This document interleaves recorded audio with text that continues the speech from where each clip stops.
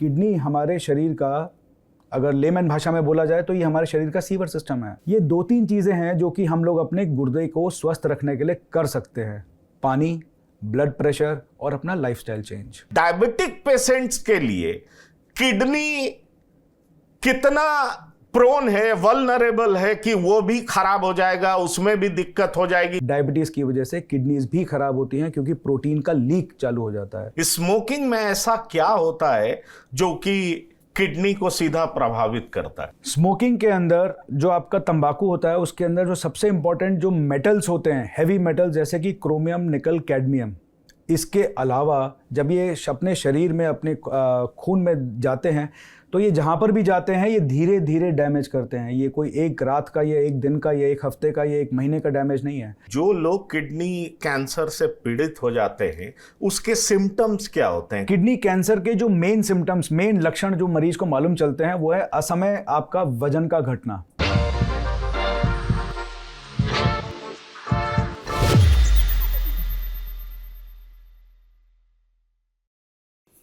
नमस्कार, मैं हूं पंकज कुमार।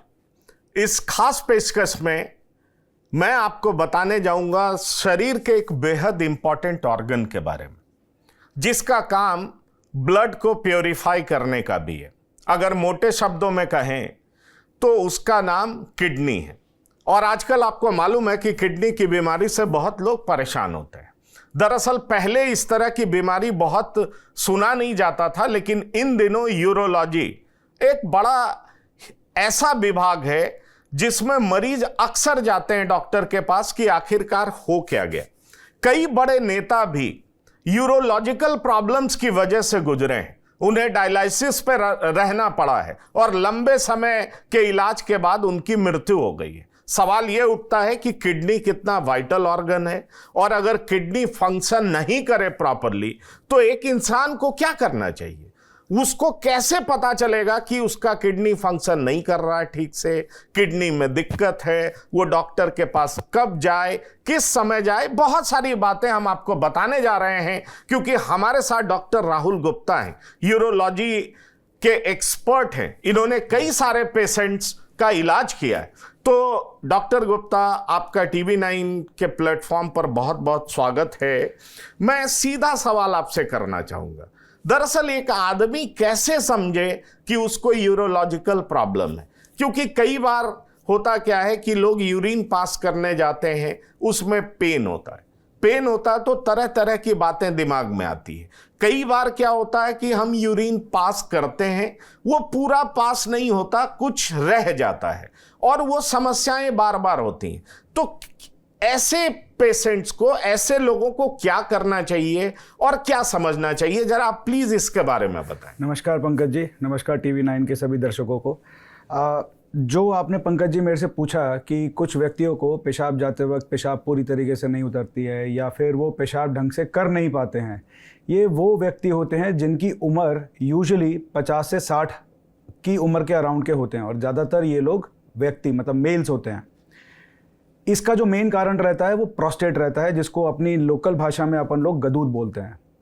मरीज को बार बार पेशाब जाना, रात में बतेरी बार उठना, पेशाब में खून आ जाना, सो ये सब इनके नॉर्मल और बड़े ही कॉमन सिम्टम्स होते हैं। तो सबसे पहला जो मैं आपको बताऊंगा कि जो मरीजों को करना चाहिए जब ये वाली दिक्कतें आएँ, उसमें सबसे पहले अपने जो भी लोकल यूरोलॉजिस्ट हैं, लोकल जो भी हॉस्पिटल है वहाँ पर जो भी यूरोलॉजिस्ट अवेलेबल है उसके पास जाकर एक बार चेकअप कराएं। आपका यूरोलॉजिस्ट आपके मात्र 2 या 3 जांचें, जैसे कि एक अल्ट्रासाउंड, एक खून की जांच और एक पेशाब की जांच, ये करके देखेगा। और जो बेस बीमारी है, इसको बीमारी नहीं बोलना चाहिए, ये एज रिलेटेड जो प्रॉब्लम है, तो इस प्रॉब्लम का जो सल्यूशन है वो बहुत ही सरल है। वो सरल ऑप्शन आपका दवाइयाँ हैं। एक बार दवाइयाँ आपकी स्टार्ट हो गई तो आपको ये जो यूरिन का जो प्रॉब्लम है ये बहुत ही लंबे समय तक बिना किसी दिक्कत के आपका समय गुजारेगा। इसके अलावा जैसा आपने कहा कि शुरुआत में कि भाई लोगों को कैसे मालूम चलेगा कि ये किडनी का प्रॉब्लम उनको हो रहा है या नहीं हो रहा है और बहुत ही लंबे समय से चला आ रहा है, इसीलिए हम लोग अपने सभी जो जनरल पॉपुलेशन है उसको ये बताते हैं कि आप अपने रेगुलर, एनुअल या फिर सेमी एनुअल, मतलब कि 6 महीने पे या फिर साल के अंत में अपना एक बार टेस्ट जरूर कराएं, जिसके अंदर यूरिन का टेस्ट और खून का टेस्ट या फिर और एक अल्ट्रासाउंड, ये अगर आप 3 टेस्ट कराएंगे तो आपको बहुत सारी चीज़ें मालूम चलेंगी, जिसमें सबसे इंपॉर्टेंट आपको मालूम चलेगा कि आपके गुर्दे, दैट इज किडनी की जो हेल्थ है, how much is good that, मतलब कि वो कितनी स्वस्थ है, कितनी अच्छी है, या क्या इसके लिए और कोई एक्सपर्ट ओपिनियन लेना है अपन लोगों को या नहीं। तो गुर्दे की किसी भी दिक्कत के लिए आपको पहले टेस्ट कराने पड़ेंगे। इसके अलावा बहुत सारे लोगों को पहले ही मालूम चल जाता है कि यार हमको पेशाब की दिक्कत हो रही है, जैसे कि पेशाब में खून आना या पेशाब में जलन होना। तो हाँ, इसके लिए डेफिनेटली वो लोग अपने सबसे पहले जनरल फिजिशियन, मतलब जो भी हमारे जो मेडिसिन वाले डॉक्टर साहब होते हैं, उनके पास जाते हैं। अगर उनको लगता है कि ये किसी यूरोलॉजिस्ट के पास इनको रेफ़र करना चाहिए तो फिर वो हमारे पास भेजते हैं। इसके बाद इनका जो स्पेसिफिक टेस्ट होते हैं, जैसे कि कभी सीटी स्कैन या फिर एमआरआई, तो अगर उसकी ज़रूरत पड़े तो ही अपन लोग वो सारे के सारे टेस्ट कराते हैं, और तब अपने को मालूम चलता है कि इसके अंदर, इस व्यक्ति के अंदर, इस मरीज़ के अंदर, इनके गुर्दों का, इनकी किडनी की हेल्थ कैसी है, या हमको कुछ इसके अंदर कोई दवाई ऐड करनी है या कोई सर्जरी एडवाइस करनी है। ये सारी की सारी चीज़ें अपन लोगों को तभी मालूम चलती हैं। ये बात अब बहुत ही इंपॉर्टेंट बातें आपने बताई, क्योंकि इन दिनों किडनी पेशेंट्स की संख्या बहुत ज़्यादा बढ़ रही है, और कई बार हम लोग नेगेटिव सेंस में भी सुनते हैं कि किडनी ट्रांसप्लांटेशन की ज़रूरत थी, लोग किडनी बेच रहे हैं। बेचने का मतलब है कि खरीदारों की संख्या बढ़ गई है, इसीलिए बेचा जाता है। लेकिन मैं अभी पॉजिटिव बात करना चाहूँगा आपके साथ। सीधा सा सवाल मेरा ये है कि किडनी कितना इंपॉर्टेंट है बॉडी में, क्योंकि दर्शक को ये पता होना चाहिए। और कहते हैं ना कि prevention is better than cure. अगर कोई आदमी पहले ही समझ जाए कि हमारे किडनी में कुछ प्रॉब्लम हो रहा है तो वो तुरंत डॉक्टर के पास जाए। किसी आदमी को अगर वो स्वस्थ भी है और 50 के आसपास है, तो किडनी को स्वस्थ रखने के लिए उसको क्या कुछ करना चाहिए? मैं चाहूंगा आप ये दोनों बात बताएं। पंकज जी, जैसा आपने बोला prevention is better than cure, of course ये एक वो बात है जो कि सदियों से चली आ रही है और आगे आने वाली कई सदियों तक चलेगी। इस गुर्दे किडनीज को स्वस्थ रखने के लिए जो सबसे इम्पॉर्टेंट जो चीज़ हमको करनी है अपनी डेली लाइफस्टाइल में, वो है आपका पानी। आप जितना पानी पिएंगे उतनी ही ज़्यादा गुर्दे आपके, उतनी ज़्यादा किडनीज आपकी स्वस्थ रहेंगी, पहली बात। दूसरी बात, जांच। जैसे मैंने आपको बताया कि या तो हर 6 महीने में जांच होगी या फिर कम से कम 1 साल में एक जांच। ये जांच कब चालू करनी चाहिए? ये जांचें हम लोगों को 40 साल के ऊपर के व्यक्तियों को देनी चाहिए कि आप साल में 1 बारी या साल में 2 बारी अपना एक जनरल हेल्थ चेकअप कराइए, जिसमें हम लोगों को मालूम चलेगा कि कोई दिक्कत है या नहीं है। पॉइंट नंबर 3, बाकी जो आप अपने लाइफस्टाइल के अंदर चेंज करना चाहते हैं या कर सकते हैं, उसमें सबसे इम्पॉर्टेंट है स्मोकिंग। अगर आप तंबाकू का सेवन, स्मोकिंग, अपना मोटापा, अपना पानी का इंटेक, ये सब आप रखेंगे ज़्यादा, तो आपका डेफिनेटली किडनीज की हेल्थ, लॉन्जेविटी, मतलब कि उसकी स्वस्थता इतनी अच्छी रहेगी कि वो आपके जीवन के अंत तक काम करेगी। तीसरी और सबसे इम्पॉर्टेंट चीज़ जो आपने मेरे से पूछी पंकज जी, कि किडनी हमारे लिए कितनी ज़रूरी है। भाई, किडनी हमारे शरीर का, अगर लेमन भाषा में बोला जाए तो ये हमारे शरीर का सीवर सिस्टम है। अगर हमारे शरीर का सीवर सिस्टम प्रॉपरली काम नहीं करेगा तो हमारे शरीर की सारी गंदगी अंदर रह जाएगी, जो कि हमारे शरीर के लिए अच्छी बात नहीं है। अगर गुर्दे खराब होते हैं तो सारी की सारी गंदगी अंदर रह जाती है, जिसको डायलिसिस, कृत्रिम द्वारा अपन लोग इसको साफ करते हैं। किडनीज को स्वस्थ रखने के लिए जो एक और जो चीज़ है वो है आपका ब्लड प्रेशर। जैसे मैंने आपको बताया कि 40 साल की उम्र के जैसे जैसे हम लोग ऊपर जाने लग जाते हैं, तो आज की तारीख में जो हम अपनी जनरल पॉपुलेशन के अंदर देखते हैं कि ब्लड प्रेशर, जो हाइपरटेंशन की जो व्यक्ति जो पहले अगर 10 थे 100 में से, तो आज की डेट में 20 या 25 या 30 हो गए हैं। वो हमारे लाइफस्टाइल, हमारी जीवन शैली की वजह से हुआ है। अगर हम ब्लड प्रेशर को नॉर्मल रखेंगे तो डेफिनेटली हमारे जो गुर्दे हैं वो काफ़ी स्वस्थ रहेंगे। ये 2-3 चीज़ें हैं जो कि हम लोग अपने गुर्दे को स्वस्थ रखने के लिए कर सकते हैं: पानी, ब्लड प्रेशर और अपना लाइफस्टाइल चेंज। लेकिन इन दिनों हम देखते हैं कि बहुत सारे लोग डायबिटिक हैं, उनको शुगर का प्रॉब्लम रहता है, और जब शुगर का प्रॉब्लम होता है तो कहा जाता है कि आपका लीवर ठीक फंक्शन नहीं किया, और लीवर ठीक फंक्शन नहीं किया इसलिए पेनक्रियाज अच्छे से फंक्शन नहीं किया, और पेनक्रियाज अच्छे से फंक्शन नहीं किया तो इंसुलिन ठीक से रिलीज नहीं हुआ, और इंसुलिन ठीक से रिलीज नहीं हुआ तो आप डायबिटिक हो गए। पर सवाल ये उठता है कि जब हम टेस्ट के लिए जाते हैं तो डॉक्टर अमूमन कहते हैं एलएफटी भी करा लो, केएफटी भी करा लो। ये दोनों बातें होती हैं, एलएफटी करा लो, केएफटी करा लो। मैं आपसे सीधा सा सवाल करना चाहूंगा कि दरअसल डायबिटिक पेशेंट्स के लिए किडनी कितना प्रोन है, वल्नरेबल है कि वो भी खराब हो जाएगा, उसमें भी दिक्कत हो जाएगी? क्योंकि अक्सर मैं सुनता हूं ये डायबिटिक भी थे और इसलिए इनको किडनी की दिक्कत हो गई, किडनी ट्रांसप्लांटेशन की जरूरत पड़ गई।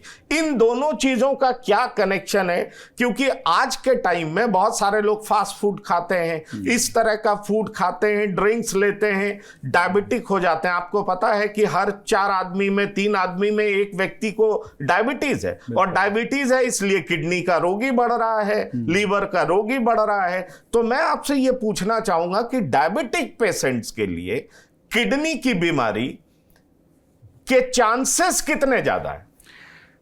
पंकज जी, मैं सबसे पहले आपको जीरो से चालू करके मैं आपको सबसे पहले ये बताता हूं कि गुर्दा का काम क्या करता है। गुर्दा हमारे शरीर में जब ये फिल्ट्रेशन का काम करता है, जो कि सफाई का काम करता है, प्यूरिफिकेशन का काम करता है, तो वो इसमें से एक चीज़ नहीं निकालता है, जो कि है एक शुगर मतलब ग्लूकोज, और दूसरा प्रोटीन। जैसे ही मरीज को शुगर की बीमारी जैसे डायबिटीज़ हो जाती है, तो जो सबसे इम्पॉर्टेंट जो डैमेज होता है गुर्दे को, उस डैमेज की वजह से पेशाब में जो उसकी फिल्ट्रेशन है उसके अंदर शुगर, ग्लूकोज और प्रोटीन, एल्ब्यूमिन आना चालू हो जाता है।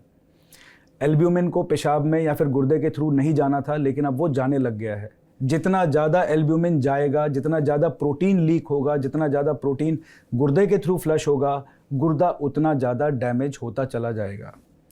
इसलिए बोला जाता है कि जब आप अपना एलएफटी कराइए तो अपना केएफटी भी कराइए। क्यों? क्योंकि डायबिटीज़ की वजह से जिस प्रकार से आपका लिवर डैमेज होता है, फैटी लिवर होता है या पेनक्रियास डैमेज होता है, उसी प्रकार से धीरे धीरे करके डायबिटीज़ की वजह से किडनीज भी खराब होती हैं, क्योंकि प्रोटीन का लीक चालू हो जाता है।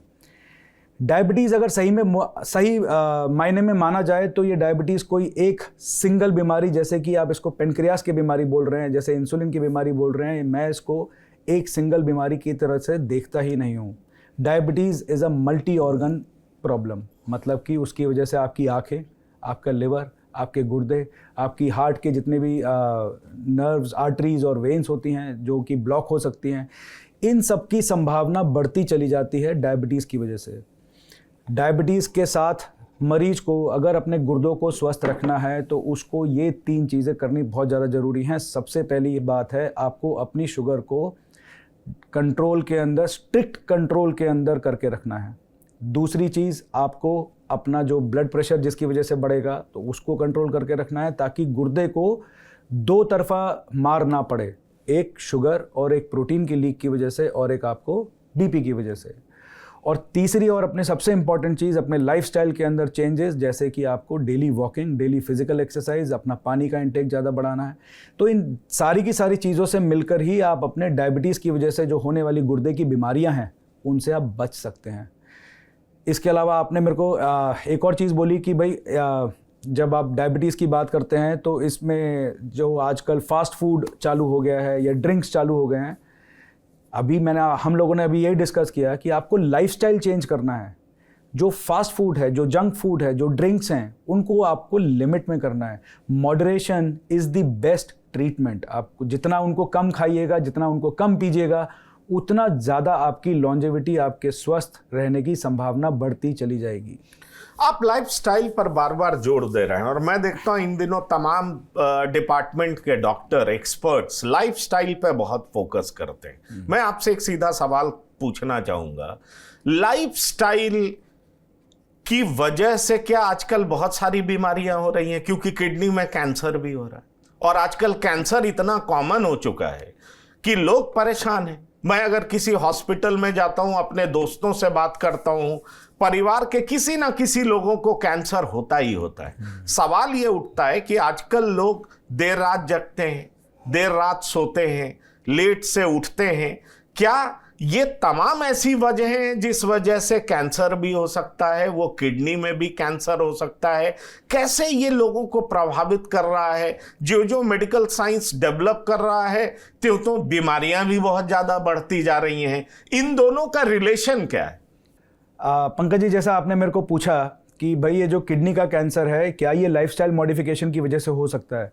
भाई जिस प्रकार से आप देखिएगा कि हमारे जितने भी यंगर जनरेशन है, जितने भी लोग हैं जो कि स्मोकिंग, तंबाकू के सेवन में या ड्रिंकिंग से ये जो लोग प्रभावित हो रहे हैं, तो गुर्दे का कैंसर, किडनी का कैंसर जो पहले किसी ज़माने में 70 की उम्र में देखा जाता था, ये धीरे धीरे धीरे धीरे करके आज की डेट में 60 साल, 50 साल और आज की डेट में 40 और 35 साल की उम्र तक ये पहुंच गया है।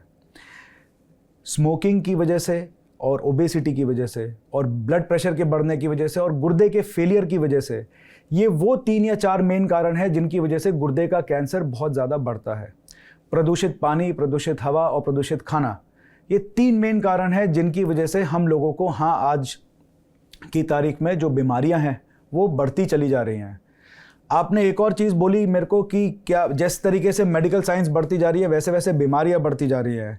मैं इसका जस्ट अपोजिट बोलना चाहूँगा पंकज जी, जैसे जैसे बीमारियां बढ़ती जा रही हैं वैसे वैसे साइंस तरक्की करता जा रहा है उन बीमारियों को पकड़ने के लिए, उन बीमारियों का इलाज करने के लिए, क्योंकि जो नंबर ऑफ़ पेशेंट्स हैं, जो मरीजों की संख्या है वो भी बढ़ती जा रही है। तो हमको साइंस को अपने पैरों पे ही रहना है और टिप टोज जिसको बोलते हैं, अपने टोज पे रहकर उस बीमारी को उतनी ही जल्दी पकड़ना है जितनी जल्दी वो बीमारियां डायग्नोस होती हैं, पकड़ में आती हैं। मैं चाहूँगा हमारे दर्शकों को आप ये बताइए, क्योंकि स्मोकर्स की संख्या बहुत ज़्यादा बढ़ रही है, स्मोकिंग में ऐसा क्या होता है जो कि किडनी को सीधा प्रभावित करता है? ऐसा कौन सा केमिकल्स होता है? निकोटीन तो सब जानते हैं कि निकोटीन होता है, पर कैसे वो किडनी को प्रभावित करता है, मैं चाहूँगा जरा आप ये बताएं। स्मोकिंग के अंदर जो आपका तंबाकू होता है उसके अंदर जो सबसे इम्पॉर्टेंट जो मेटल्स होते हैं, हैवी मेटल्स जैसे कि क्रोमियम, निकल, कैडमियम, इसके अलावा जब ये अपने शरीर में, अपने खून में जाते हैं तो ये जहाँ पर भी जाते हैं ये धीरे धीरे डैमेज करते हैं। ये कोई एक रात का या एक दिन का या एक हफ्ते का या एक महीने का डैमेज नहीं है। ये जो डैमेज है ये लगातार चलने वाला डैमेज है। इसके अलावा जो सबसे इम्पॉर्टेंट जो स्मोकिंग आपको डैमेज करती है वो होती है फ्री ऑक्सीजन रेडिकल्स। क्या है ये फ्री ऑक्सीजन रेडिकल्स? ये फ्री ऑक्सीजन रेडिकल्स हमारे शरीर में जाते हैं और हमारे शरीर के क्रोमोसोम पे, सेल्स पे जाके ये अटैक करते हैं। धीरे धीरे करके ये क्रोमोसोमल चेंज होता है। हमारे शरीर की अपनी एक रिपेयर की, एक अपने खुद को स्वस्थ रखने की एक क्षमता होती है। जब आपकी स्मोकिंग या आपके जो नेगेटिव इफेक्ट्स हैं वो इतने ज़्यादा बढ़ जाते हैं कि वो फ्री ऑक्सीजन रेडिकल्स को और आपके जो रिपेयर मैकेनिज्म को अगर वो ठीक ना कर पाए और वो इतनी ज़्यादा हो जाए, तब परमानेंट डैमेज चालू होता है।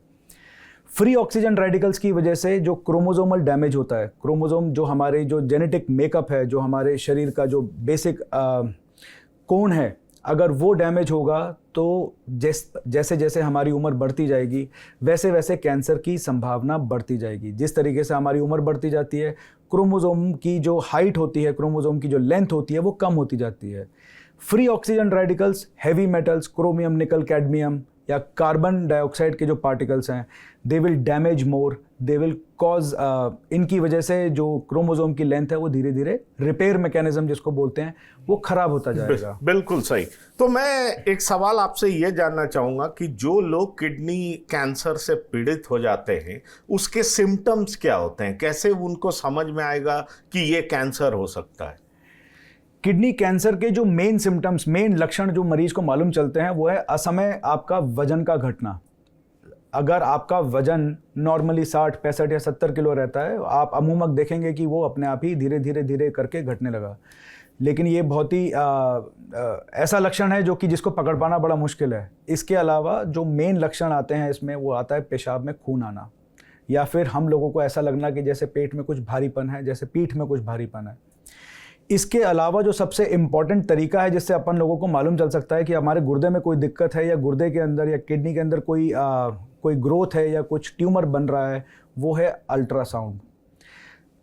हर व्यक्ति को, जैसे मैंने पहले बताया कि 40 साल के ऊपर साल में या 6 महीने में एक बार जाके अपने सारा हेल्थ चेकअप कराना चाहिए। उसका फ़ायदा ये होगा कि अल्ट्रासाउंड एक वो बेसिक मोडेलिटी है जिससे हम लोगों को मालूम चल सकता है कि हमारे गुर्दे के अंदर कोई ग्रोथ तो नहीं आ रही है, हमें कोई कैंसर तो नहीं पैदा हो रहा है। अगर ज़रूरत पड़ेगी तो फिर उसका आगे सीटी स्कैन या एमआरआई या पेट स्कैन करा के देखा जा सकता है। इसके अलावा जो सबसे इम्पॉर्टेंट चीज़ है वो ये है कि आपके घर में किसी भी व्यक्ति को जो कि इसी बीमारी से पीड़ित रहा हो पहले, जैसे माताजी, पिताजी या आपके घर में दादाजी या किसी और को जिसको किडनी का कैंसर रहा हो, तो आपको ये बात समझनी है कि ये आपको थोड़ा जल्दी आपको हेल्थ चेकअप्स चालू करने चाहिए ताकि आपको जल्दी मालूम चले। तो क्या ये किडनी कैंसर जानलेवा होता है या इसका क्योर है? आप लोग इलाज इसका कर सकते हैं? आज की, जैसा आपने अब खुद ही बोला था कि साइंस बहुत तेज चल रही है और वो बीमारियां भी तेज चल रही हैं, तो मैं नहीं मानता कि किडनी कैंसर जानलेवा है। और मैं तो ये बोलूँगा कि कोई भी कैंसर का विशेषज्ञ ये नहीं बोलेगा कि ये किडनी कैंसर जानलेवा है। किडनी कैंसर किसी ज़माने में जानलेवा होता था क्योंकि तकनीक इतनी अच्छी नहीं थी, लेकिन जिस तरीके से साइंस, जिस तरीके से विज्ञान के अंदर डेवलपमेंट होता चला जा रहा है, जिस तरीके से हमको ये कैंसर बहुत ही शुरुआती स्टेजों में पकड़ में आ रहा है, तो ये किडनी कैंसर पूरी तरीके से लाइलाज, तो शब्द ही गलत है, ये इलाज पूर्ण है और इसका इलाज पूरी तरीके से संभव है। चाहे वो दवाइयों से हो, चाहे वो आपकी सर्जरी से हो, चाहे वो अगर आपका फैला हुआ कैंसर भी है तो भी उसके लिए दवाइयाँ अवेलेबल हैं। एक चर्चा आम बातचीत में बहुत सुनी जाती है कि कौन से स्टेज का कैंसर है और अगर 4th स्टेज का है तो क्यूरेबल नहीं है, इस तरह की बात होती है। क्या अब का मेडिकल साइंस या आप पेशेंट्स को देखते हैं, क्या आप पेशेंट्स को ये उम्मीद दे सकते हैं कि 4th स्टेज का कैंसर भी क्यूरेबल है? अब घबराने की बात नहीं है क्योंकि आप जहां पर काम कर रहे हैं वहां पे कई लोगों का आपने इलाज किया होगा। तो मैं चाहूंगा कि हमारे दर्शकों को बताइए कि नहीं, 4th स्टेज का कैंसर भी क्यूरेबल है, अब इस तरह की कोई बात रही नहीं है। Stage 4 kidney cancer definitely curable की जगह मैं आपको ये बोलूँगा, ये जो शब्द है क्यूरेबल, इसकी जगह मैं ये बोलूँगा कि लाइफ एक्सपेक्टेंसी आप कितनी बढ़ा सकते हैं मरीज की। स्टेज 4 का जो कैंसर है उसके अंदर सबसे इम्पॉर्टेंट अगर आपको लगता है तो वो सर्जरी, मतलब कि आपको गुर्दे का जो जिस गुर्दे को उसने प्रभावित किया हुआ है, तो सबसे पहले तो वो गुर्दा निकालने का है। इसके अलावा स्टेज 4 का मतलब ये है कि वो कहीं पर फैला हुआ है। अगर 1 या 2 जगह पर फैला हुआ है तो वो भी ऑपरेशन के द्वारा पॉसिबल है, और वो भी मिनिमली इन्वेजिव, मतलब कि दूरबीन के द्वारा या फिर रोबोटिक्स के द्वारा ये पॉसिबल है। रही बात वो अगर पूरे शरीर में फैला हुआ है तो इसके लिए भी इलाज, इसके लिए भी दवाई आज की तारीख में अवेलेबल है, जो कि आज से 10 या 15 साल पहले नहीं हुआ करती थी। इस इलाज को, इस दवाइयों को बोला जाता है इम्यूनोथेरेपी। इस इम्यूनोथेरेपी के द्वारा आप 70% मरीजों को कैंसर फ्री भी कर सकते हैं। इम्यूनोथेरेपी, ये जबरदस्त खोज है मेरे ख्याल से। और मैं आपसे ये जानना चाहूँगा कि आप इलाज करते हैं, आप जिस अस्पताल में काम करते हैं, सर्वोदय हॉस्पिटल, वहाँ पर क्या इसका इलाज संभव है?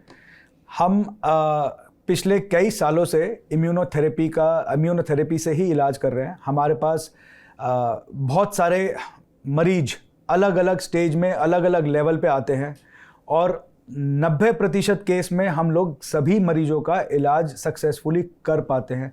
और हाँ, वो मरीज आज भी हमारे पास आते हैं अपने फॉलोअप के लिए, साल में या 6 महीने में एक बारी, और इम्यूनोथेरेपी के बाद भी आते हैं, ऑपरेशन के बाद भी आते हैं। तो सर्वोदय हॉस्पिटल की बात तो बहुत ही ज़रूरी, आपने जैसे बताया कि आप कितने मरीजों को देखते हैं। मरीजों की संख्या गिन पाना बहुत ही मुश्किल है क्योंकि मरीजों की संख्या दर बदर बढ़ती जा रही है और नंबर ऑफ़ पेशेंट्स भी बढ़ते जा रहे हैं, और उनका इलाज भी कई गुना संभव है क्योंकि जो ट्रीटमेंट है, जो इलाज है, वो बहुत ज़्यादा अग्रेसिव तौर तरीके से किया जाता है।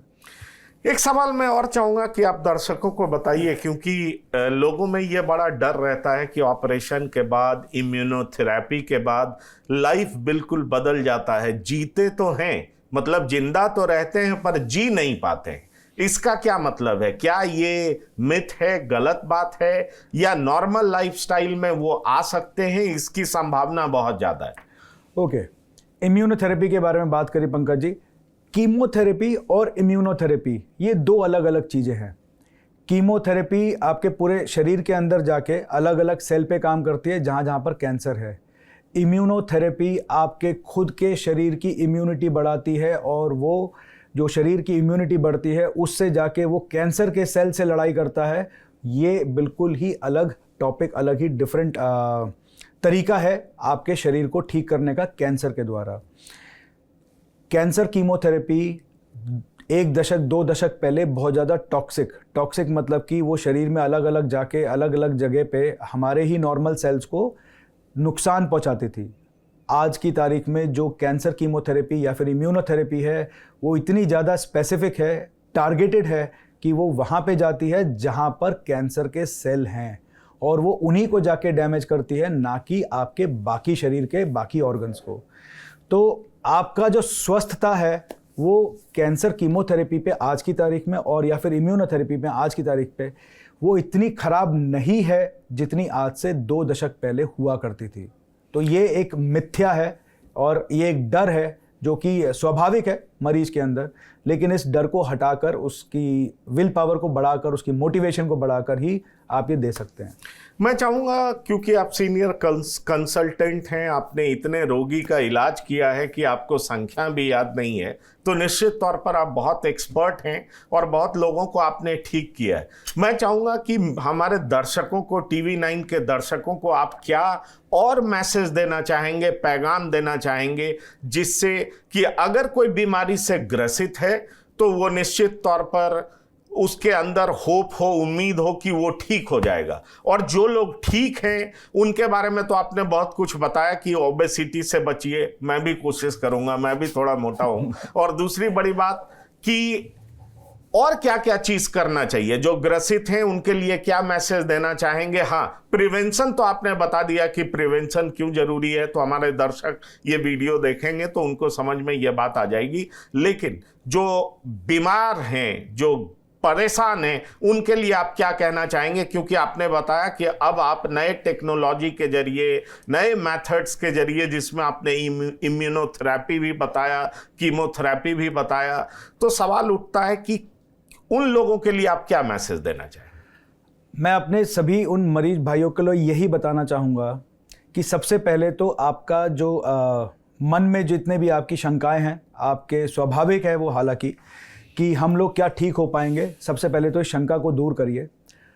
अपने एक्सपर्ट, अपने यूरोलॉजिस्ट, अपने जो नियर बाय आपके जो कैंसर के अस्पताल हैं वहाँ पर जाइए और उनसे डिस्कशन करिए कि हम लोग किस स्टेज पर हैं और इसके लिए क्या क्या इलाज के ऑप्शन हमारे पास अवेलेबल हैं। साइंस विज्ञान आपको हर स्टेज पे, हर लेवल पे आपको अलग अलग ऑप्शन देने के लिए आज तारीख में तैयार है। दूसरी चीज़, जो व्यक्ति इस बीमारी से ग्रसित नहीं है, मैं उनके लिए यही बोलूँगा, अपना जीवन शैली बदलिए, अपने जीवन को स्वच्छ, सुंदर और जितना साफ सुथरा बनाएंगे उतना ज़्यादा बेहतर है। अपने तंबाकू का सेवन, अपने पानी का सेवन को बढ़ाइए, अपने नमक की मात्रा को कम करिए, ब्लड प्रेशर को कंट्रोल करिए, तनाव को कम करिए। बस देखिए, ये बहुत इंपॉर्टेंट बातें थी। डॉक्टर गुप्ता, जो कि एक बड़े ही चर्चित अस्पताल में कार्यरत हैं, कई लोगों को इन्होंने ठीक किया है और ख़ास तौर पर किडनी पेशेंट्स के बीच इन्होंने अपनी बातों से उनके अंदर एक उम्मीद जगाई है।